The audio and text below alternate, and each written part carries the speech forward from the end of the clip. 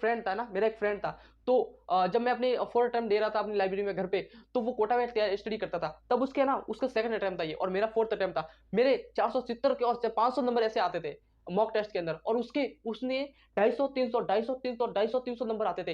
लेकिन उसने ऐसा क्या किया था यार, सबसे बड़ी बात, जो स्टूडेंट गलती करता ही करता है ये, कि आपको पता है क्या टेस्ट देने से नंबर आ जाएंगे, लेकिन आप नहीं दे पा रहे हो। अब नहीं दे पा रहे हो, उसके पीछे एक बहुत बड़ी वजह है जिसके कारण से आप टेस्ट नहीं दे रहे हो। लेकिन दोस्त, इस बता रहा हूं कि 7 से 8 मिनट के बाद आपकी प्रॉब्लम सॉल्व हो जाएगी।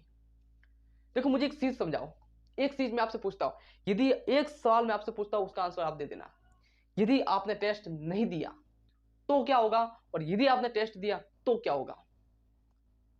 यदि आपने टेस्ट नहीं दिया ना, तो आप वहीं के वहीं अटके रहोगे, और यदि टेस्ट दे दिया तो क्या पता 15 से 20 नंबर आने के चांस है। मैं ऐसा नहीं बोल रहा आ जाएंगे, आने के तो चांस है ना, गलतियों को तो पकड़ लोगे ना। और सबसे बड़ी प्रॉब्लम क्या पता है, तुम गलतियों को पकड़ते हो ना और तुम्हें लगता है कि यार ये तो गलती है, तो मेरा कैसे सिलेक्शन हो सकता है। अरे भाई अभी तुम वहां टेस्ट दे रहे हो, कहां पर, मॉक टेस्ट दे रहे हो, नीट एग्जाम नहीं दे रहे हो। और मॉक टेस्ट इसीलिए होता है कि तुम अपनी गलतियों पर काम करते हो, और तुम जैसे गलती पकड़ते हो तुमको बोलता है कि यार मेरे से तो इतनी सारी गलती होती, मेरे से तो इतना होता है। अरे भाई तुम अगले कितने साल तुमने टेस्ट नहीं दिया, तुम पहली बार टेस्ट दे रहे हो, तो सब गलती आएगी ना भाई। अभी ज्यादा गलती आएगी क्योंकि तुमने कभी टेस्ट दिए नहीं, अभी तुम टेस्ट दे रहे हो तो बहुत सारी गलती आएगी और बहुत चीजें तुम मिस्टेक करोगे।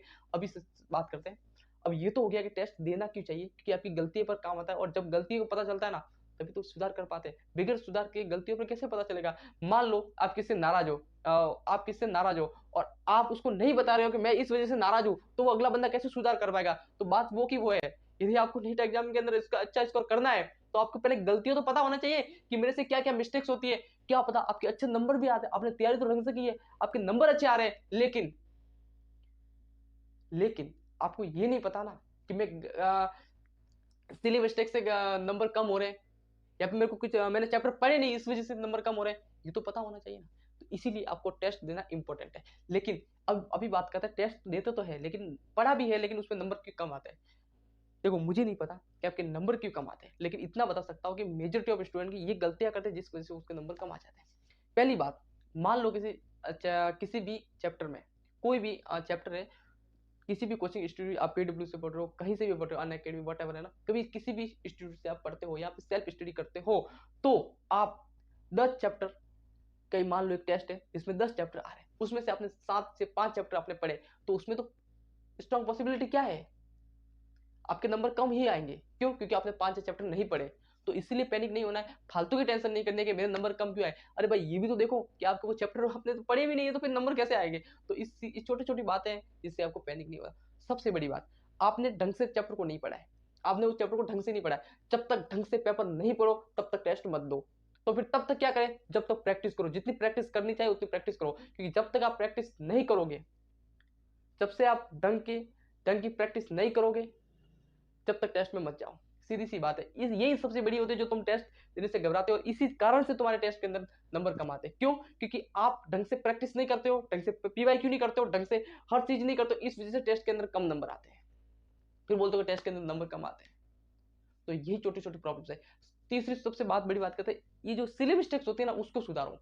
सिली मिस्टेक्स, आपने बेसिक मैथ ढंग से नहीं पढ़ी है तो आप क्वेश्चन नहीं कर पाओगे, उसके अंदर गच्चर पचर हो जाएगा, फिर वो नहीं हो पाएगा यार। एक क्वेश्चन को ज्यादा हिलाओगे तो फिर वो बिगड़ जाएगा। बेसिक आपकी अच्छे होने चाहिए, तब जाकर के आप टेस्ट के अंदर स्कोर किया जा सकता है। और सबसे बड़ी बात जो मुझे लगता है, टेस्ट के अंदर आप क्या करते हो, एक मॉक टेस्ट है उस हिसाब से देते हो, नहीं आप तैयारी भी करते हो ना तो उस हिसाब से करते हो कि मेरा एक पीडब्ल्यू में या किसी वॉट एवर चीज में मेरा एक मॉक टेस्ट है उस हिसाब से करते हो। नहीं नहीं नहीं, ऐसी गलती नहीं करनी है, ऐसी गलती नहीं करनी है। आप जब करते हो ना, जब आप टेस्ट देते हो ना, तो ऐसा लगो कि मैं है ना पीडब्ल्यू से टेस्ट दे रहा हूँ, मैं है ना सॉरी मैं है ना नीट का टेस्ट दे रहा हूँ। ऐसा नहीं कि मैं पीडब्ल्यू से टेस्ट दे रहा हूँ या किसी वट एवर से टेस्ट दे रहा हूँ, बट आपको ये लगाना है कि यार मैं नीट का टेस्ट दे रहा हूँ। आप जब ये मानोगे ना कि मेरे संडे को जो मॉक टेस्ट होने वाला है वो नीट का एक मॉक टेस्ट होने वाला है, तो आप अच्छी तैयारी कर पाओगे। मान लेना है कि मेरे नीट का पेपर है, तब आप अच्छे से सीरियस हो गए और तैयारी कर पाओगे। और सोचो अगर 10 पेपर या 15 पेपर भी दे दिए ना, और वो पूरी सीरियसनेस के साथ क्या मेरा नीट का एग्जाम जैसे आप तैयारी दे दिए ना, तो कुछ अलग ही होगा भाई। नीट एग्जाम के अंदर कुछ अलग ही माहौल होगा, तुमको लगेगा ही नहीं कि मेरा नीट का एग्जाम, तुम बोलोगे मैं टेस्ट ही दे रहा हूँ। सबसे बड़ी बात, जो स्टूडेंट गलती करता ही करता है। एक मान लो इलेक्ट्रोस्टैटिक्स के मेरे कूलॉम लॉ से क्वेश्चन आया, वो गलत हो गया, तो आप क्या करते हो? आप करते क्या? आप करते हो उस क्वेश्चन को पकड़ते हो जो आपसे नहीं हुआ, नहीं उसको नहीं पकड़ना है, उसके कंसेप्ट को पकड़ना है। उसकी कंसेप्ट पकड़ोगे ना तो कहीं जाकर के आपका वो क्वेश्चन है ना, उससे दूसरा भी कंसेप्ट आ गया ना, उसकी वो दूसरा भी एक दिन नीट में क्वेश्चन आया ना तो उसको सॉल्व कर पाओगे। तो क्वेश्चन कोई भी मिस्टेक्स हो तो क्वेश्चन को नहीं पकड़ना, उसके है ना जहां से वो कंसेप्ट है ना उसको पकड़ना है, क्योंकि कंसेप्ट पढ़ोगे ना तो कहीं जाकर के आपका नीट के अंदर बेस्ट स्कोर हो पाएगा। इसीलिए कंसेप्ट पर गलती काम करो, क्वेश्चंस पर नहीं। कंसेप्ट पर काम करो, क्वेश्चंस पर नहीं। गलती हुई है तो कंसेप्ट को पकड़ो कि कौन से कंसेप्ट से मेरा मिस्टेक्स हुई है वो करो। और बायोलॉजी के अंदर आपको ऐसा लगता है कि यार मेरे तो टेस्ट के अंदर 200 मार्क्स ही आए बायोलॉजी के अंदर, आपको ऐसा लगता है ना कभी बार, तो सोचो क्या टेस्ट देने से पहले मेरे 10 चैप्टर है, क्या टेस्ट देने से पहले मैंने बायोलॉजी के एनसीईआरटी को ढंग से पढ़ा था? क्या मैंने ढंग से एनसीईआरटी बायोलॉजी पढ़ा था? क्या मैंने टीचर के नोट्स को ढंग से पढ़ा था? यदि नोट्स के देखो, मैं इतना बता सकता हूँ, यदि आपने नोट्स को ढंग से पढ़ा है, आपने सब चीजें ढंग से की है, एक बार किया है ना, भले 6 चैप्टर हो, 5 चैप्टर हो, 2 चैप्टर हो, 1 चैप्टर हो मॉक टेस्ट का, जो सिलेबस है मॉक टेस्ट का सिलेबस में भले बायोलॉजी का 1 चैप्टर, 2 चैप्टर, 3 चैप्टर हो, वो 3 चैप्टर पे यदि आपने ढंग से पढ़े, आपने उनसे एनसीईआरटी को ढंग से पढ़ा, नोट्स अच्छी तरह से पढ़ा, पीवाईक्यू अच्छी तरह से प्रैक्टिस अच्छी की है, तो टेस्ट के अंदर सिर्फ सिली मिस्टेक्स के कारण ही आपके नंबर घट सकते हैं। बाकी बायो के अंदर तो नहीं घट सकते, बायो के अंदर तो आपके नहीं घट सकते, इतना तो मैं बोल सकता हूँ। क्योंकि मान लो फिजिक्स में आपके समझ में पढ़ने के बाद भी समझ में नहीं आ पाती, केमिस्ट्री मान लेते, लेकिन बायो तो आपने नोट्स ढंग से पढ़ा है, आपने प्रैक्टिस अच्छे से की, आपने पीवाईक्यू ढंग से किया है, और फिर भी उसके बाद भी यदि आपने आपके टेस्ट में नंबर नहीं आ रहे, तो भाई सही बात है कि आपने जो है ना अपने कंसेप्ट को ढंग से नहीं पढ़ा, बायो के कंसेप्ट को आपने ढंग से नहीं पढ़ा है, आपने अभी तक एनसीईआरटी की लाइन टू लाइन को नहीं समझा है। ये है, तो बायो को तो अच्छे से कर लो। और मेरा एक फ्रेंड था, तो जब मैं अपने फोर्थ अटेम्प्ट दे रहा था अपनी लाइब्रेरी में घर पे, तो वो कोटा में स्टडी करता था, तब उसके ना उसका सेकंड अटेम्प्ट था ये, और मेरा फोर्थ अटेम्प्ट था। मेरे 470 के और 500 नंबर ऐसे आते थे मॉक टेस्ट के अंदर, और उसने 250 300 250 300 250 300 नंबर आते थे। लेकिन उसने ऐसा क्या किया था यार, उसने ऐसा क्या किया था, आज बात करता हूं तो पता चलता है कि उसने ये किया था। उसने ऐसा क्या किया था यार, उसने ऐसा क्या किया कि उसके 250 से डायरेक्ट वो 500 प्लस चला गया, और एक गवर्नमेंट मेडिकल कॉलेज के अंदर है वो।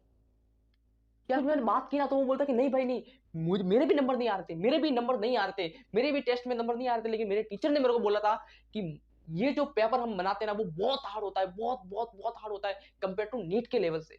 नीट का पेपर बहुत ईजी होता है, नीट का पेपर बहुत ईजी आता है। किसके कंपेयर में? ऑफलाइन कोचिंग की जो मॉक टेस्ट होगा उसके कंपेयर में इतना नहीं आता, और हम पैनिक हो जाते हैं कि यार हमारे नंबर नहीं आते, हमारे नंबर नहीं आते, इस वजह से हम जो पैनिक होते हैं ना वो पीछे रह जाते हैं, और जो 300 400 नंबर लेके आते हैं वो टॉप पे चले जाते हैं, क्योंकि उनको गाइड करने वाले होते हैं, उनको बता देते हैं। वो बोलते थे भाई, मैं बोलता था कि भाई मेरे इलेक्ट्रॉनिक्स में तो इतना यार क्वेश्चन खराब है, कैसे हो पाएंगे? तो उसके तो मेरे से भी कंडीशन खराब थी, तो वो कैसे पहुंच गया भाई? क्योंकि उसको पता था कि ऐसे जो हार्ड क्वेश्चन करते हैं ना हम क्लास के अंदर, वो सिर्फ क्लास के अंदर होते हैं, क्योंकि हमारी प्रैक्टिस को बूस्ट करने के लिए, वो ना कि नीट के लिए होते हैं, नहीं, वो प्रैक्टिस को बूस्ट करने के लिए होता है कि ऐसे प्रैक्टिस हार्ड क्वेश्चन को कैसे कर पाएंगे, ऐसे कैसे करेंगे, वो हमारी नीट की तैयारी को जोरदार बनाने के लिए होते हैं, ना कि वो नीट के अंदर आते हैं, लेकिन उसमें से एक क्वेश्चन आता है हार्ड।